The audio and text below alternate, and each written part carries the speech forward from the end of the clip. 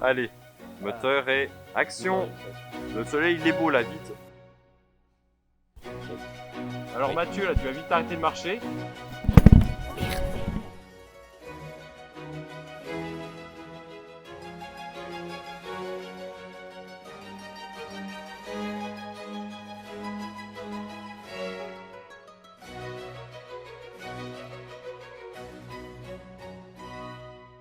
Il y a 10 ans, jour pour jour, le 27 mars 2015, je sortais mon tout premier court-métrage que je tournais 2 semaines plus tôt ici même, à l'endroit où je me trouve, et ce film c'est N'oublie pas. N'oublie pas, c'est un petit court-métrage de 4 minutes diffusé sur YouTube. Il s'agit d'un film hommage à la Première Guerre mondiale sorti au cœur du centenaire de la guerre 14-18.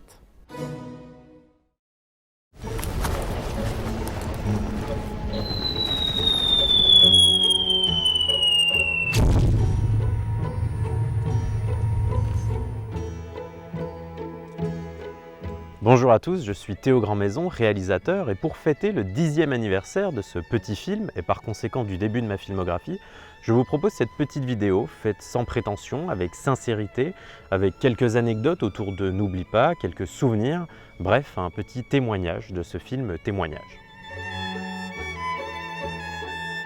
Remontons un peu dans le temps, voulez-vous? Nous sommes début 2015, la France et Charlie, Birdman remporte l'Oscar du meilleur film et Francesco Schettino est condamné à 16 ans de prison. Me concernant, je suis en terminale, j'approche à grands pas de la majorité et après moult péripéties, je pense avoir trouvé ma voie. En septembre, je quitterai mon tout petit village jurassien d'enfance pour décoller à Paris faire une école de cinéma. En ce début d'année, je suis à quelques mois de passer mon bac et en attendant, je suis un jeune homme qui se plaît dans sa filière littéraire et notamment en cours d'histoire et qui en parallèle développe plus que jamais son amour pour le cinéma. Vous voyez où je veux en venir. J'en profite d'ailleurs pour saluer mes professeurs d'histoire-géographie du collège et du lycée qui ont tous été d'excellents maîtres, bienveillants et passionnés, ce qui contribue en général à la bonne transmission d'une matière à un élève. Encore aujourd'hui, je reste un grand fan d'histoire et je le dois certainement en grande partie grâce à eux. À côté du lycée, je suis membre d'une association audiovisuelle toute jeune, ceux qui me connaissent bien savent de laquelle je parle, Dollywood. Dollywood à la base c'est un groupe de potes vidéastes de la région d'Auloise dans lequel j'ai été invité. Au fil du temps, Dollywood va évoluer et décrocher son statut d'association en septembre 2014. Les mois qui suivent, les week-ends ou à la sortie des cours, j'aide les copains de l'asso sur des prestations ou des tournages. Et à force de baigner dans ce petit monde, de me familiariser avec notre matériel et les membres qui deviennent des amis, je commence sérieusement à songer à faire mon propre film grâce aux moyens de Dollywood. A noter que si je considère N'oublie pas comme mon véritable premier court-métrage, c'est parce que ses intentions, son écriture, sa réalisation, son thème, son exploitation sont bien plus personnelles, poussées et réfléchies que les dizaines de petits sketchs que j'avais réalisés jusqu'alors. Justement, le thème de mon film, la Première Guerre mondiale, ou plus précisément le devoir de mémoire vis-à-vis de cet événement, traîne alors dans ma tête depuis quelques temps. Non seulement la transmission de la mémoire est un sujet qui me tient toujours à cœur, mais comme je vous le disais, je suis surtout passionné par l'histoire et je ne suis donc pas indifférent au centenaire de la Grande Guerre dans lequel nous sommes à ce moment-là. D'autant que je constate que peu d'hommages cinématographiques voient le jour durant cette période. Je me dois tout de même de citer l'excellent Au revoir là-haut d'Albert Dupontel qui sortira 2 ans plus tard en 2017 et qui remettra la Première Guerre mondiale sur le devant de la scène, si je puis dire, à travers une véritable œuvre cinématographique incroyable, notamment abordant le thème des gueules cassées et du devoir de mémoire.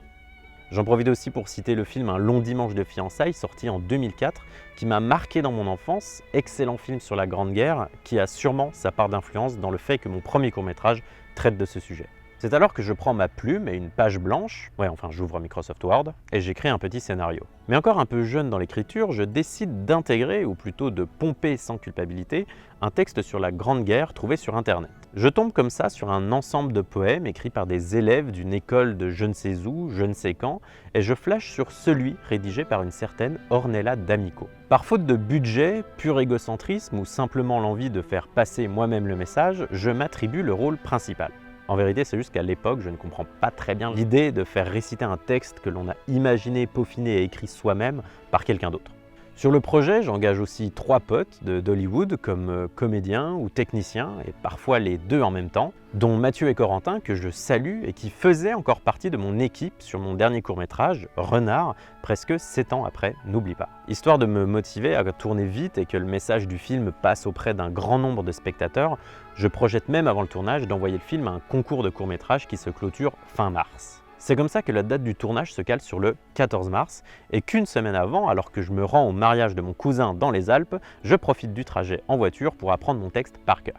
Le plus grand défi de la préparation de ce projet sera de trouver un costume pour mon personnage. Je tape aux portes, je cherche sur internet, mais le temps presse et malheureusement je ne trouverai jamais cet uniforme bleu emblématique des soldats de la fin de la Grande Guerre. Je me rabats alors plutôt sur le premier uniforme de la guerre, le fameux uniforme du fantassin, que je bricolerai avec quelques vêtements peu crédibles trouvés ici ou là. Pour témoigner du côté très cheap de ce costume, le képi que je porte à l'écran est en fait un képi noir de gendarme sur lequel j'ai scotché un papier bleu imprimé le jour du tournage. D'ailleurs, le papier ne faisait même pas le tour entier du képi, je devais donc bouger cette rustine selon l'angle de la caméra. Ou en tout cas, j'essayais. Croyez-moi, je rêverais de refaire N'oublie pas aujourd'hui avec le costume et surtout la pilosité qui va avec. Mais bon, nous sommes en 2015, je suis jeune, j'ai peu de moyens, peu de temps, peu de poils et il faut se lancer. Le tournage a eu lieu le 14 mars 2015 à Montbarré, mon village d'origine dans le Jura, le jour même de mes 18 ans. Nous avons donc tourné ici et surtout là. Cet endroit, je l'ai découvert quand j'étais qu'un petit garçon, en tout cas un jeune adolescent, qui s'amusait à déambuler dans le village, et je me souviens très bien avoir eu la sensation de découvrir un lieu féerique, caché au cœur du village, que personne n'aurait jamais exploré. Un scénario digne d'un film de Miyazaki. J'ai notamment été étonné par la topographie de ce lieu, qui est en fait une immense tranchée. Et c'est bien des années plus tard que j'ai découvert que ce lieu était en fait un fossé au pied d'un rempart d'une motte féodale. Notons que si les Montbarois ont su exploiter ce lieu il y a quelques siècles pour y construire un château, ils continuent d'exploiter et de respecter ce lieu historique et naturel encore aujourd'hui. Donc le tournage s'est déroulé sur une seule journée, j'étais accompagné de Corentin, Mathieu et Augustin, et honnêtement, tout s'est très bien passé. J'aime beaucoup cette photo de tournage où l'on constate tout de même que, comme je vous le disais, Mathieu, acteur secondaire, était également ingénieur du son, enfin il faisait de son mieux en tout cas. Quand ce n'était pas lui, c'était Augustin qui prenait le micro et Mathieu devenait alors photographe de plateau. Bref, j'avais déjà cette passion pour les petites équipes de tournage, mais à cette époque, c'est certainement parce que j'avais peu d'amis. Je me souviens que mon fidèle chef opérateur, Corentin, a tourné avec mon Canon 6D qui me suit encore dans mes aventures aujourd'hui et qu'il était déçu pour ce tournage de ne pas avoir comme objectif un 50 mm f1.8, objectif qu'ironiquement je recevrai en cadeau d'anniversaire le lendemain du tournage. À la pause du midi, nous sommes allés chez mes parents, ça tombe bien, on était à côté. C'est peut-être pour ça qu'aujourd'hui encore d'ailleurs je filme toujours dans un rayon de 2 km autour de la cuisine de mes parents. Merci à eux de nourrir les troupes au fil des années. Et je garde 2 souvenirs de cet entracte. Le premier, c'est que nous avons passé environ 10 minutes à essayer de me retirer les bottes que j'avais aux pieds, qui étaient bien trop serrées. Et le deuxième, c'est qu'au menu du jour, c'était fondue. Et manger une bonne grosse fondue avant de reprendre une après-midi de tournage, c'est pas facile. Conseil pour les réalisateurs débutants, ne prévoyez pas une fondue à la coupure déjeuner.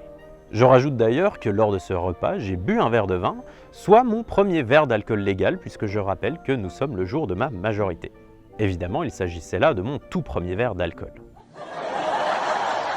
Bon, j'ai pas grand chose à dire de plus sur ce petit tournage sans encombre. Nous avons terminé sereinement, remballé le peu de matériel nécessaire et avons rebroussé chemin par ici, là, juste en face de moi, tandis que le soleil se couchait. Une vraie fin à la Lucky Luke. En ce qui concerne la suite, le 21 mars 2015, soit une semaine après le tournage, je me rendais aux Portes Ouvertes de l'ESSEC, une école de cinéma à Paris, et c'est ce jour-ci que j'ai su que c'était là que je voulais aller à la rentrée de septembre, ce qui sera le cas. Coucou aux copains de l'ESSEC, s'il y en a qui passent par là. Comme je vous le disais juste avant, l'objectif de ce film, c'était de l'envoyer à un festival qui fermait ses portes fin mars. Il s'agissait d'ailleurs non pas d'un festival en réalité, mais d'un concours de court-métrage organisé par les Inrecuptibles, en partenariat avec Soch. Voilà. Donc avec Corentin, nous nous sommes activés pour boucler le montage rapidement. Le film a pu être envoyé et le lendemain, je recevais déjà une réponse.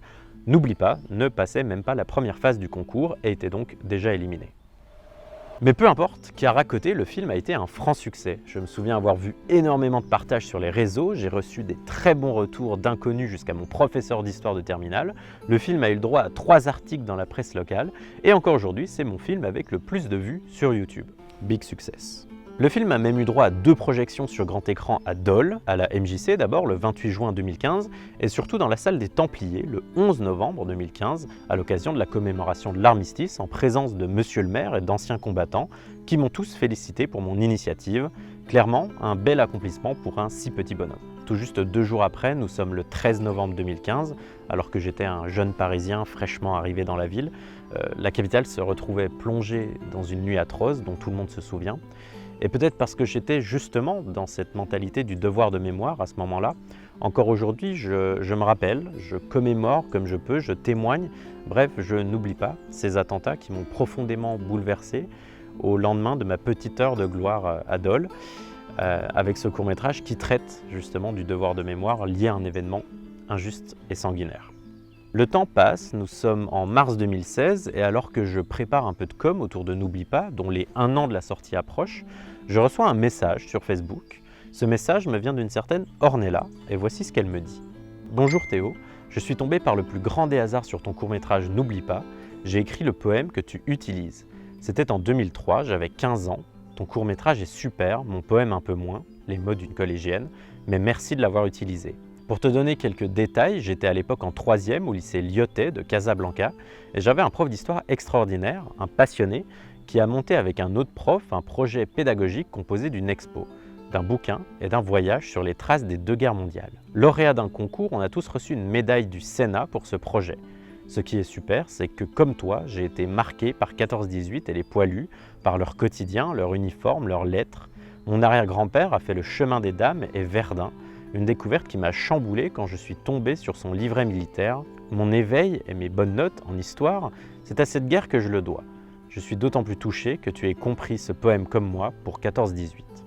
J'ai été énormément touché de recevoir ce message, de savoir que cette femme était tombée sur mon film par hasard, que les mots de son poème que j'ai récité faisaient écho à l'histoire de son propre ancêtre qui a connu la Grande Guerre. D'un coup, et pourtant 1 an après le tournage, le film prenait pour moi une autre dimension émotionnelle. Histoire de boucler un peu la boucle, quand Ornella m'a envoyé ce message, elle avait 28 ans, ce qui me paraissait énorme, d'autant qu'elle parlait d'un poème qu'elle avait écrit plus de 10 ans auparavant. Et pourtant, aujourd'hui même, au moment où je tourne cette vidéo, je viens de fêter mes 28 ans pour vous parler de mon film sorti 10 ans auparavant. Autre petite anecdote rapide, à l'époque je n'ai pas fait d'affiche pour le film et c'est seulement pendant le premier confinement, soit 5 ans après le tournage et alors que je n'avais que ça à faire, que j'ai pris le temps de réaliser celle-ci rapidement.